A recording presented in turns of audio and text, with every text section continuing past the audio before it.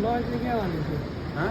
अब छ यहाँ भन्नुहुन्छ यो के स्वामीको बुटोको लज होइन त्यो त लज है क्या होइन र त्यो बिचको उ त लज त होइन